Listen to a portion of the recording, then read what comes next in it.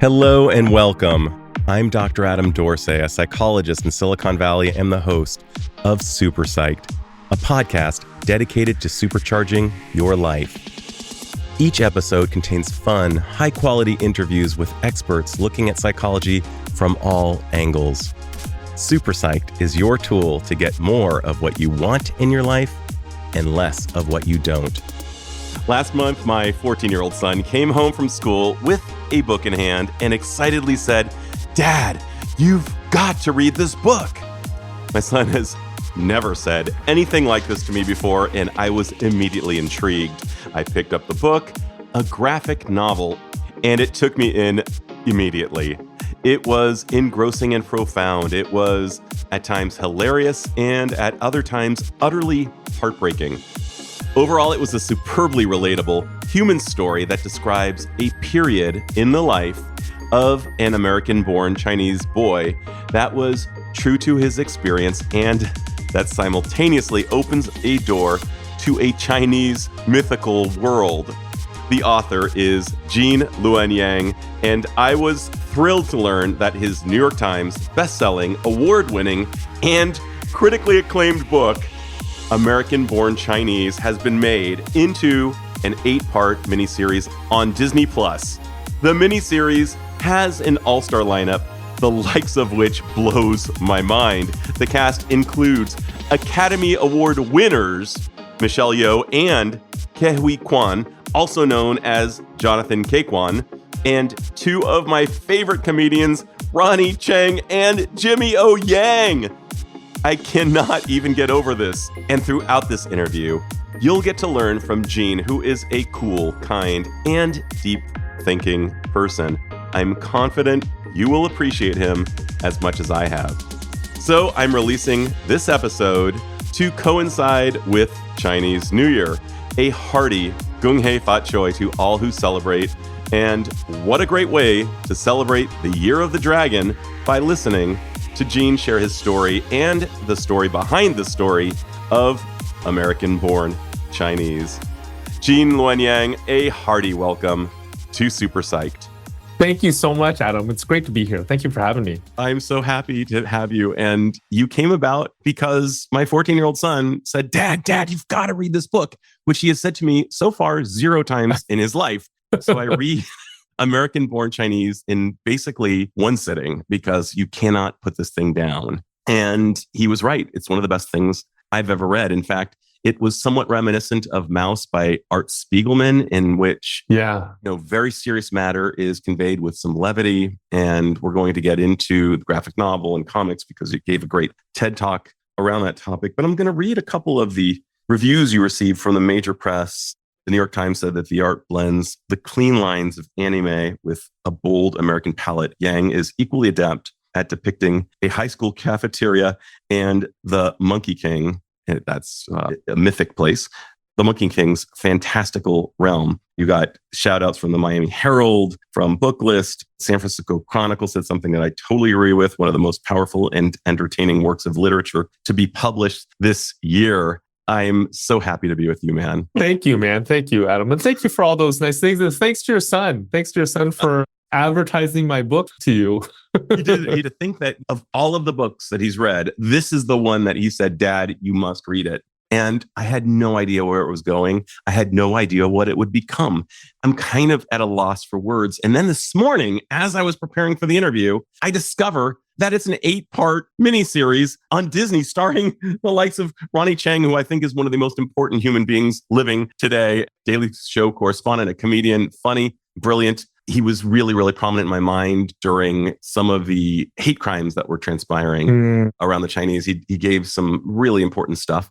And my gosh, you got Academy Award winner Michelle Yeoh. Come on, are you kidding me right now? Yeah, it was a very surreal experience. You got a season so far. We're waiting to hear about season 2, but we have 8 episodes of season 1 out on Disney Plus right now. And it was released in May. They shot it last year. I got to visit the set a few times. I got to hang out with movie stars. It was like really, really weird. Now, I have to say the show is actually very different from the book on purpose.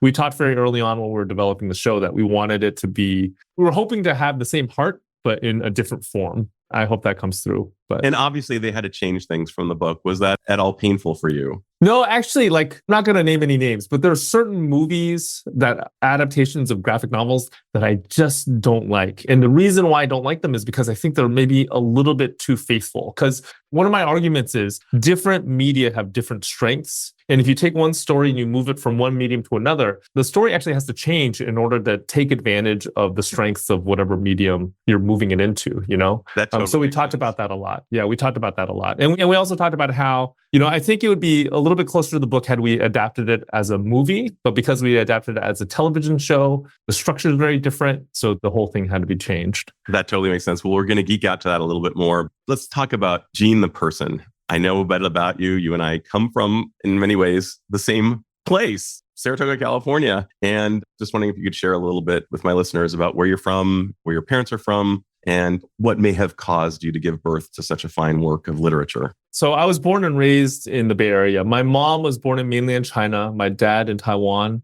My mom's family left China just as the communists were coming into power because my grandfather worked for the nationalist government. So my mom... Cultural revolution here. Yeah, absolutely. Around then. So my mom grew up mostly in Hong Kong and Taiwan. And then both my parents came to the United States for graduate school. So they met on the campus of San Jose State University, fell in love, got married. They had me. When I was born, our family was living in Alameda, but eventually we made our way back to the South Bay. And I spent most of my childhood in San Jose and then Saratoga. That's wild. And one of the funny things that you say in the book is that one of the reasons your mom chose your dad was because he had very thick glasses, which meant he read a lot. Yeah, absolutely. And it wasn't just my mom. I grew up in a Chinese Catholic church, and I heard that from a lot of women at this church. I mean, maybe this gets too into the weeds. I do think that Chinese American boys specifically, at least of my generation, we grew up with bad romantic advice in our heads. Like we grew up in this paradigm where like our parents would tell us, you do great at school, you get a good job, and the girls will come. That's what my grandpa said to me too. Oh, really? Yeah, same thing. But that's not really true in America, right? Maybe in the old world, but that's not true here. I don't think that's true here. That's really funny. So as a boy, did you look at them kind of askance and say, that's not going to fly here? Or did you try to follow it to the letter? I was a decent student, but I was not a great student. I was not the best student. So pretty early on, I think I did rebel against that advice, but it wasn't because I didn't think it was true. It was because I didn't think I could fulfill it. I have a younger brother. He's 4 years younger than me, and he is a stellar student. He was like at the top of his class all the way through school. He's a doctor now, and he's just like 4.8 billion GPA, that kind of kid. And I was not like that. So I think I rebelled against that advice because I couldn't do it. Gene, why can't you be like your younger brother? I know, totally. And it wasn't the same. We had like cousins that were like that. Man, it must have been just really brutal in a way. So let's talk about what compelled you to write American Born Chinese. How did you, come on, I'm almost speechless. How did you do this? It's a nonfiction book, but it really pulls pretty heavily from my own childhood. The community that I grew up in, Saratoga, California, nowadays it's very heavily Asian American, right? I visited the campus maybe 10 years ago, and at that point it was like 80 or 90% Asian American. But when I was growing up, like when we first moved into Saratoga, it was a predominantly white area. That's right. Like specifically white Anglo-Saxon Protestant, right? Like as waspy as you could get. And there were so few Asian Americans in the area that my mom was actually able to go to the school, ask for the addresses of the other Chinese families, and then one weekend we made house calls. There were only 2 other families there, so we went and visited them and introduced ourselves to them. So nowadays, it would be really weird to do that. But back then, because there were so few of us, that was a thing that we could do. I would say that during my childhood, the transition happened. That community went from being a predominantly white neighborhood to a much more Asian neighborhood. By the time I was in high school, we were still a minority, but there were more of us there. And I do think that sort of a change sometimes comes with a lot of tension. So I think some of what I talk about in the book comes from that tension, like growing up in that tension. Right. And one of the ways that your mom in the TV show, not quite in the graphic novel, says we're not water skiing people.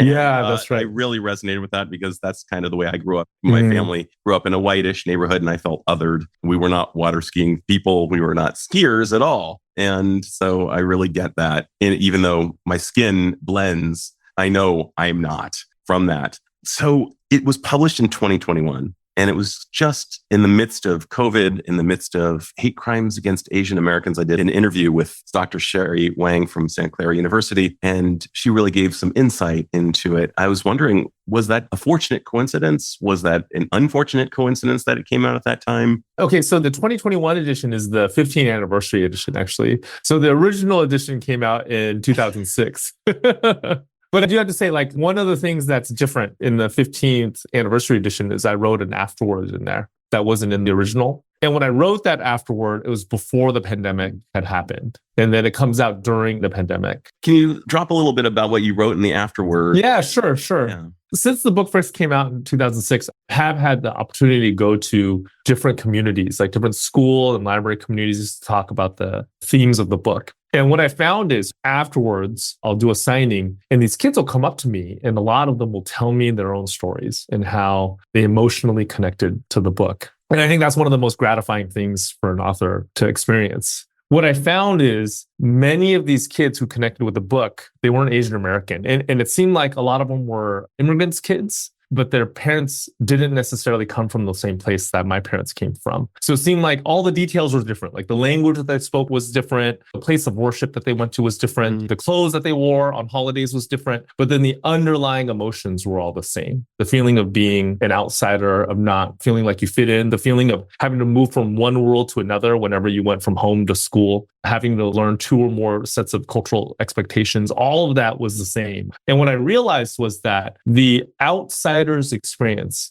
is so common that it can actually be a way for people to bond with each other. It's almost like this really ironic thing, right? Like your experience of being an outsider when you're a kid, when you become an adult, when you become a little bit older, it actually becomes a way for you to create a connection with somebody else. Unequivocally. And as a psychologist, in which my profession, so many professions have connection as a primary element of the job, but it's been so important. I think that having these different reference points allows some cognitive flexibility. And I'm sure it does for you. I was wondering, growing up as you did you feel like you were of two cultures, of neither culture? Like, how did you feel growing up? Do you feel like you were not American enough to be American, not Chinese enough to be Chinese, or perhaps enough of each to be both? Oh, it was definitely on the not enough side.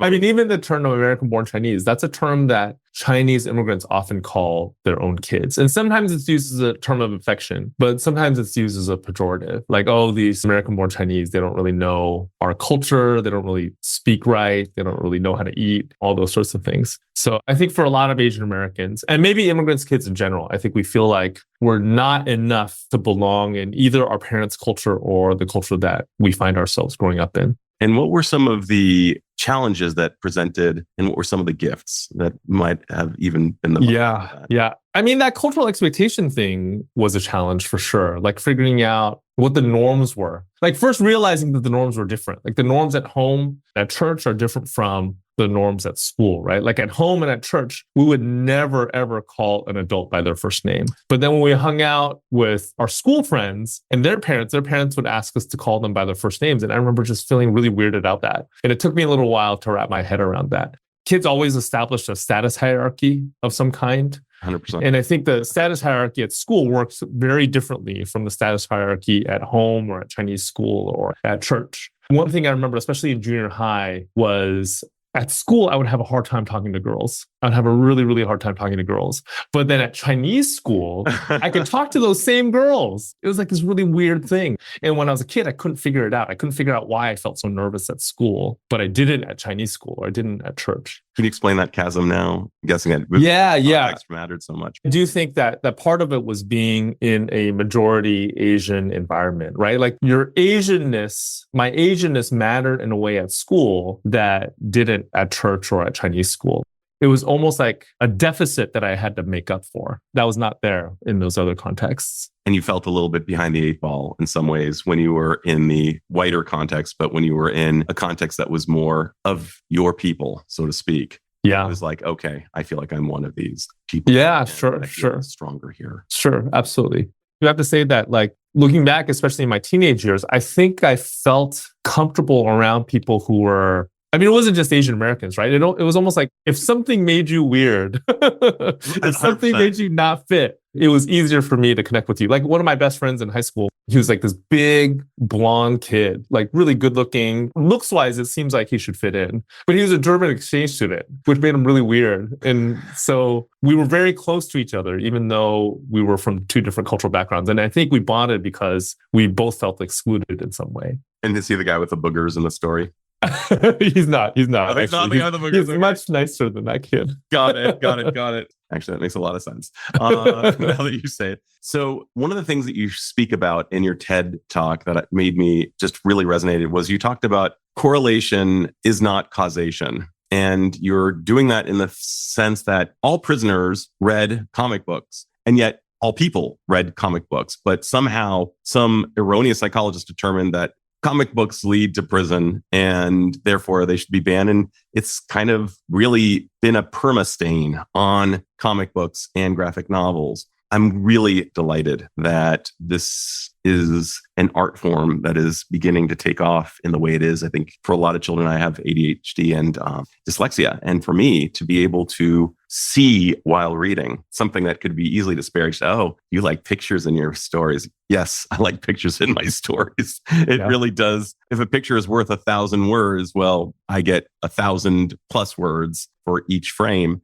And you really did that. What would you like if you were to be a spokesperson on behalf of this medium? What would you want the public to know? I mean, there's so many things about comics that I really, really love. Maybe one of my favorite aspects of comics is that the dividing line between who is an amateur and who's a pro is just very, very blurry. It's very blurry. Like who's a reader and who's a creator, that line is very blurry. All you really need to do is sit down and write and draw a comic book, right? And I would even argue that illustration and comic book art are related, but they're two different art forms. So you can be an excellent illustrator, but really terrible at making comics. And then the reverse can be true as well. You could be not the best artist in the world, but still make really amazing, compelling comics. So anybody really can make a comic book. And I do think that speaks to the history of comics. Like very early on, a lot of the people that we consider greats now were the children of immigrants. They're specifically the children of Jewish immigrants from Europe.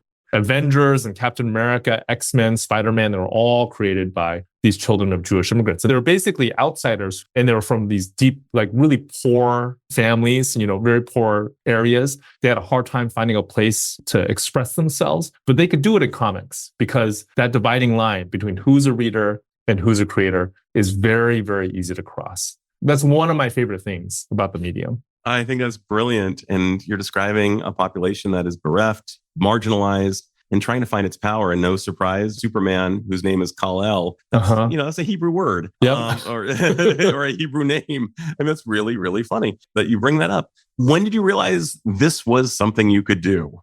It was in 5th grade. So 5th grade was when I bought my very first comic book. It was actually a Superman comic. It was DC Comics Presents number 57, starring Superman and the Atomic Knights. I bought it from, I think it was a Crown Books at my local mall. Place. Yeah. I think it was in El Paseo de Saratoga. El Paseo, that's right. Exactly. It was the Crown Books in El Paseo. Dude. And eventually I found out that there was a comic shop in that same mall called Red Planet Comics. I remember that place. Yeah. So I would try to go anytime I could. And pretty soon after that, one of my best friends in 5th grade was a kid named Jeremy Kuniyoshi, half Jewish, half Japanese. And he'd been reading comics since he could read. Like by the time he was in 5th grade, he had several long boxes of comics in his house. And we started making comic books together. His mom was super supportive. We would come up with the stories. I would do the pencils and he would do the inks. And then his mom would take our pages, take them to work with her, run off copies, and then we'd sell them. We'd sell them to our friends at school. So you were a pro. You sold. You made money? We made money. We made like $8. It was awesome. Hey. Yeah. You were a pro at a very young age. That's right. I mean, that's the thing about comics. It's anybody can do that. Any kid who has a story in them, who just needs some time to draw, can do that, can make a comic and sell it to his friends or her friends. And you did all the drawings in this book. Yeah. In 5th grade, I did the pencils. American-born Chinese. Oh, in American-born Chinese, I did. Yeah, I did all the drawings, but the colors are handled by somebody else. The colors are actually done by a friend of mine named Lark Pian. My son, from the mouth of babes comes the truth. You have to buy this book. You have to sit down and read it and possibly reread and reread it. It is so good. And the drawings are so killer. Can't believe you actually drew those. I Oh, mean, thank you, like, Adam. That's nice of you to say. it's just amazing. Amazing. So I'm thinking your mom was from mainland China, your dad was from Taiwan. I'm sure that they were not overjoyed when their Berkeley educated son decides, hey, you know what I'm going to do? I'm going to become a teacher and an illustrated. They were not happy at all. Actually, I should say this. I should say that my mom was a little more supportive. My mom has always had artistic inclinations herself. So she understood. And her advice to me was like, as long as you have health insurance, just make sure you have health insurance. Okay. My dad was really unhappy. I remember telling him, I had a programming job for a little bit right after college. I was going to leave my coder job and I was going to teach high school and I was going to focus on comics. He didn't say anything, but he just like stood up and walked out of the room. He was not happy at all. When I hear about artists making it, like I remember Jimmy Fallon famously said he had literally no plan B. His plan, and he told his vocational counselor, was to get onto Saturday Night Live. And what's your plan B? There is no plan B. Wow. And I'm wondering, as you were leaving coding, as you were considering what you really loved, you may be familiar with this concept, the Ikigai. There are 4 overlapping circles. And in this Venn diagram of sorts, it's what you love, what you're good at, what the world needs, and what will pay.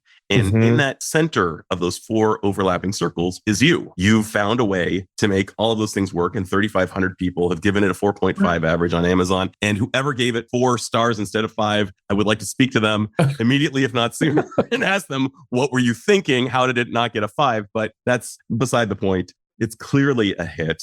And what point did you realize, hey, this is what I'm going to do? I mean, it took a while. So when I made the decision to leave coding and become a high school teacher and do comics, I was not planning on making a full-time living at comic books because I didn't think it was possible at the time. In the 90s, American comics were not doing very well. Like nowadays, Marvel is this powerhouse, but back in the 90s, they had declared bankruptcy. Some people were predicting that Marvel was going to blink out of existence. And if it did, it would take most of the comic shops in America with it because most comic shops really rely on Marvel product. And I would go to these comic book conventions and nobody would go. It's not like now where you have to buy your tickets months in advance. It was like a ghost town. So I was not expecting to be able to make a full-time living at comics. Like it was more than a hobby. I thought of it as an avocation or maybe a fulfilling of a calling, but I wasn't expecting to make money. So I hung out with a group of other cartoonists who all had kind of the same mindset. We all loved comics. We wanted to make comics. We were not totally expecting to be able to make a living at comics, but we would just kind of push each other to do this pretty regularly. And I did that for years. Even after American Born Chinese came out, I was a high school teacher. My plan was to be a high school teacher as my career for the rest of my working life. But after American Born Chinese came out, I went part-time at my teaching gig. So we were on a block schedule. I would be on campus teaching one day, and the next day I would be at home making comics. So I lived like that for, I don't know, almost a decade. What pushed me out was actually getting a call from DC Comics. I got a call from DC Comics. They offered me the chance to write Superman. So I left. Wait, hold up. What are you talking about? Wait. Yeah. In 2015, that's when I left teaching. I see. But DC Comics says, hey, Gene, we think you're good. Will you draw Superman? Yeah, well, just right. I didn't do the drawing. I only did the writing. Wrote 10 issues of Superman. I've been working with DC Comics on and off ever since then. Yeah, so I did 10 issues of Superman. They asked me to create a brand new character called the New Superman, who's like a 17-year-old Chinese kid who gets some of Superman's powers. And I did 24 issues of that. More recently, I did a book for them called Monkey Prince, which is a brand new superhero in the DC universe. So I've been working with them for a while. Yeah, it's been fun. You just clearly don't know your credits. Can you share them with my listeners? Like, what else have you been doing? I mean, this is... Oh, sure. So I do some books that are creator owned, like American Born Chinese, where I come up with a story and I come up with the world and the characters and all that. So I did a book called Boxers and Saints after American Born Chinese, which is about the Boxer Rebellion, a war that was fought in Chinese soil in the year 1900. And then I did do a book about basketball called Dragon Hoops. I followed a high school team out of Oakland for a season, and I did a book about them. I did a graphic novel about them. And then on the other side, where I'm working with other people's IP, I did Superman and a few other characters for DC Comics. And then for Marvel, I did a run on Shang-Chi, which is their Kung Fu superhero. On. And then I did the comics continuation of Avatar: The Last Airbender. Do you know that show? Sure. We did a series of graphic novels that's sort of like a season 4 for the show. And that's still going now with an amazing art team. Amazing creative team. But I only did the first 5 volumes for that. And right now I'm working on comics tie-in for a video game called Clash of Clans. It's like this mobile game that's really popular. Absolutely. Wow. So, and this is you're doing this type of work full time. Yeah, I'm full-time now. I've been full-time almost 8 years now. Congratulations. And what an auspicious number for the Chinese culture. Yeah, that's right. That's right. You've got 4 children. Yep. And they're doing their thing. When you clearly made it, may I ask, is your father still with us? Yes. Yeah, he is. Thank goodness. I mean, he's a worrier. So I don't know. He's still an Asian dad. He's definitely happy for me, but he'll ask whether I'm hitting my deadlines or not. And I remember calling him after we signed the deal with Disney. That Disney was going to adapt American Born Chinese into a television show. And I told him, he sighs, he goes, so did that mean that you'll never be able to make it into a motion picture? He somehow was able to find the cloud around all of the silver. Yeah. Oh my God. He's a worrier. Do you have like a Google translator in your head? It's like, okay, this is just dad worrying and being incredulous. Like, how do you you don't take it on? Yeah, I try to now. I mean, I'm a dad myself, so I get how that worry works now. And I also think there's something very immigrant about that, right? Where you're always sort of expecting the worst. It's hard for you to expect the best. Absolutely. Yeah. And kind of white knuckling it the entire way, even if smashing success comes. Yeah. I think it's just hard for my dad to take good news at face value. Yeah. There's got to be something bad just around the corner. And yeah, there's an old joke about a Jewish immigrant from Russia who moves into New York, and her son says, "How is it going?" And she says, "It's quiet. It's too quiet," which means that she's just waiting for the other shoe to drop. Yeah. I mean, I think that is really part of the immigrant story. And it's interesting how ostensibly kind of a Jewish tale of Superman has morphed into a Chinese narrative. And it speaks really to the story of the recent immigrant, it sounds like. Going from inferior to superior in many ways. To use Adler, who was one of the early proponents of psychoanalysis and around the 30s, talked about going from inferiority to superiority, and it's kind of a pendulum movement. And Superman really is a good depiction of that. And while still having kryptonite, still having a weakness somewhere, an Achilles heel of sorts. Let's talk a little bit about American Born Chinese.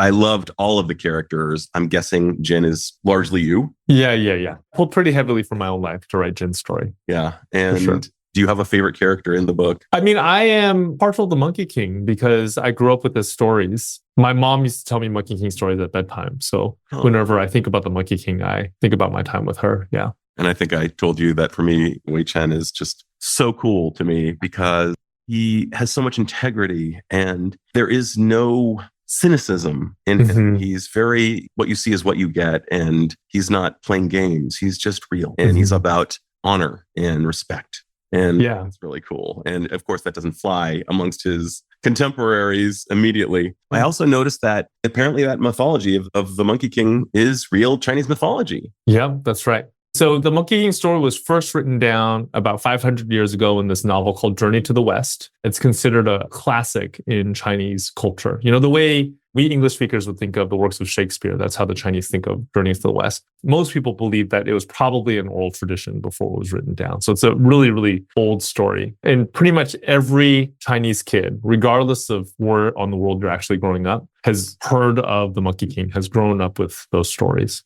As you're talking about the Monkey King, I find myself thinking of Hanuman, the Hindu, the monkey warrior. Is there any relationship with? Yeah, they think that Monkey King is probably evolved from Hanuman stories. The Monkey King stories probably evolved from Hanuman stories. What were you hoping the readers would glean from this book? Well, you know, in some ways, it was me working things out that had bugged me since I was a kid.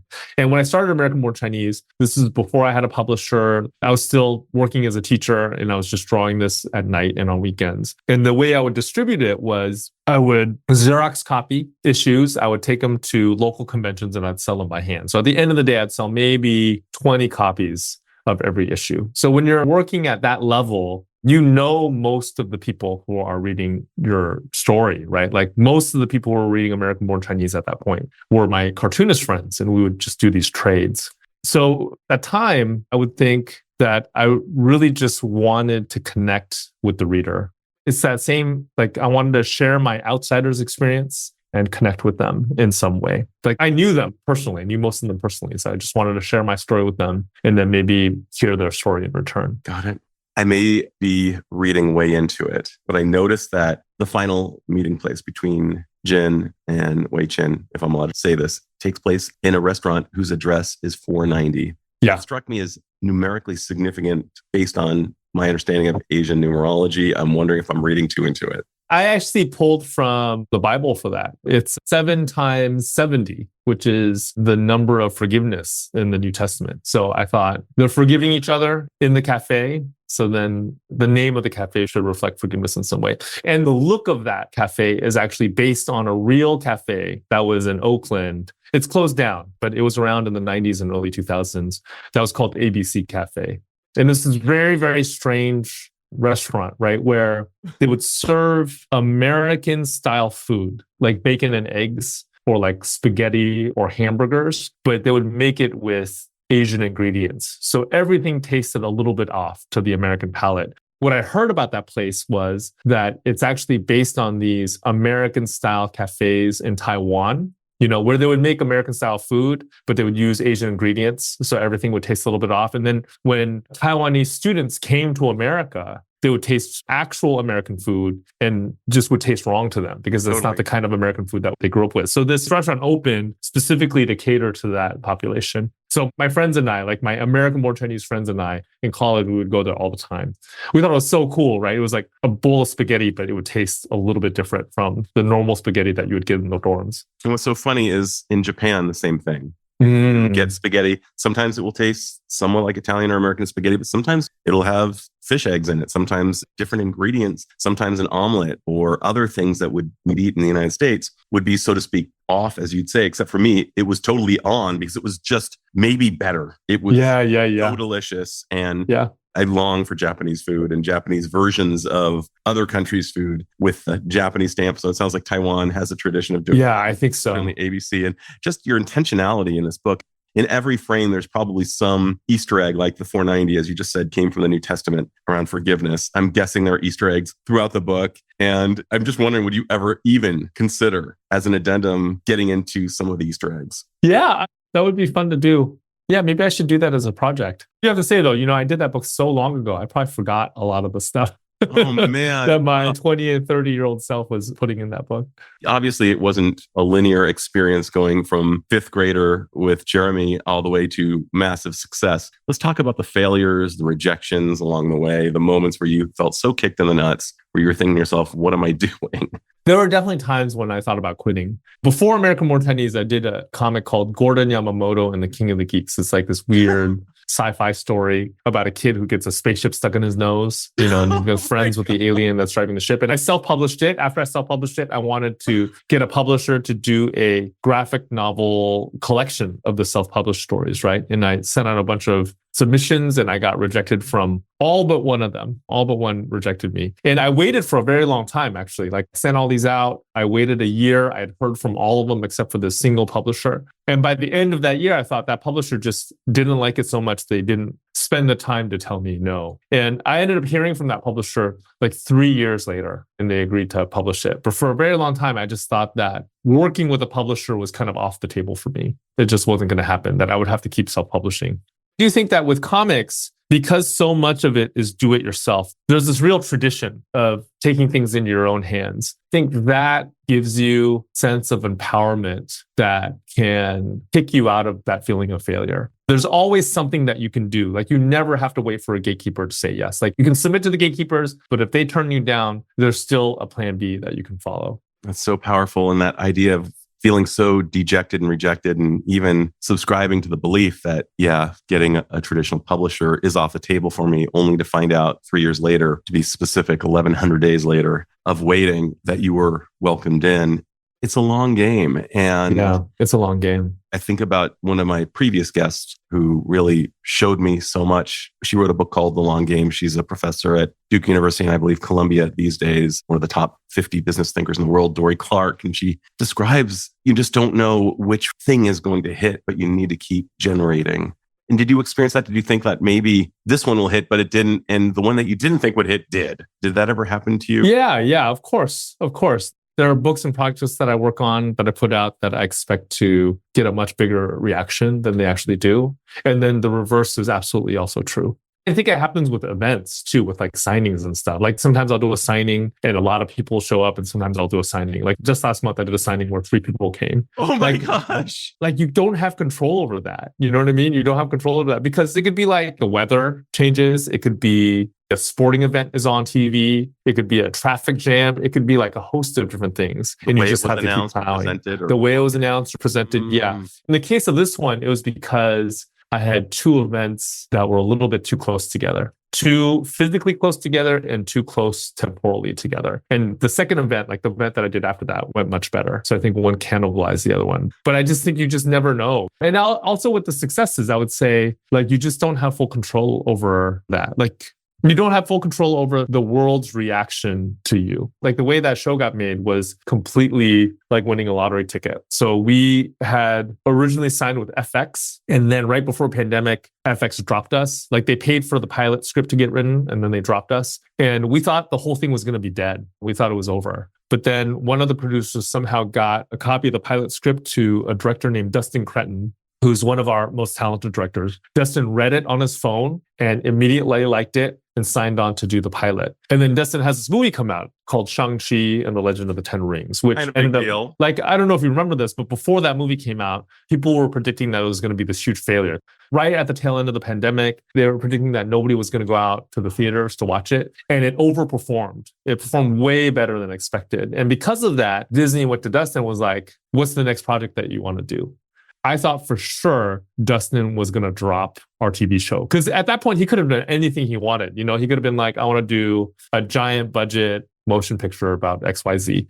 But instead, he said, oh, the next thing I want to do is this television show. And that's how we got greenlit. So that was just a series of coincidences that I did not have any control over. And it just kind of happened. I love that story and just how hard you've worked. Gene, is there anything I haven't asked I should have asked? Not that I could think of. Yeah, this was for the sake of time. Then I'm going to ask you my final and magical question. And that is, Gene, if you had the magical powers to confer upon all humanity one insight or skill that you believe would dramatically improve the lives of individuals and perhaps even society at large, what would that insight or skill be? And how do you imagine it would affect individuals as well as perhaps even society at large? I'm speaking specifically from the perspective of a cartoonist. Been in comics for a very long time now, for over 2 decades. And I think almost to a person, every cartoonist I know has this little voice in their head that tells them that everything that they do is garbage. And this voice gets extra loud when you're nearing the end of a project. I would say like when you're at the 75% mark, that voice starts getting extra loud. And when I was younger, I would give in to that voice and I would move on to another project. I'd be 75% of the way done of something. And then this voice would be like, oh, what you're working on is garbage. There's this other shiny new idea that you should work on instead. And I jump ship. So have a bunch of these half-finished, unfinished projects in my wake. It took me a long time to learn how to ignore that voice and just finish. And what I found is when you finish and you look back, you realize that that voice was lying to you, that your project was never as bad as that voice tells you it is. So the one skill that I would hope everybody has is just the ability to ignore that voice. Get done whatever you're trying to get done. See it to the finish. Yeah, see it to the finish. I think that's brilliant.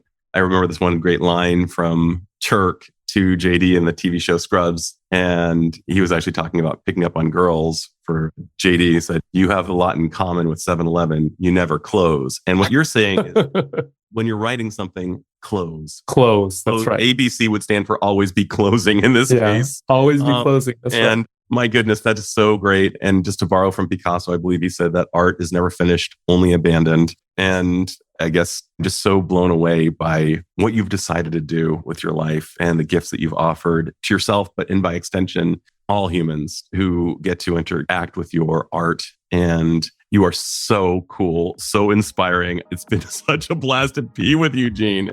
Well, thank you, Adam. It's been so fun. Thank you so much for inviting me onto your podcast, for talking. It's been great.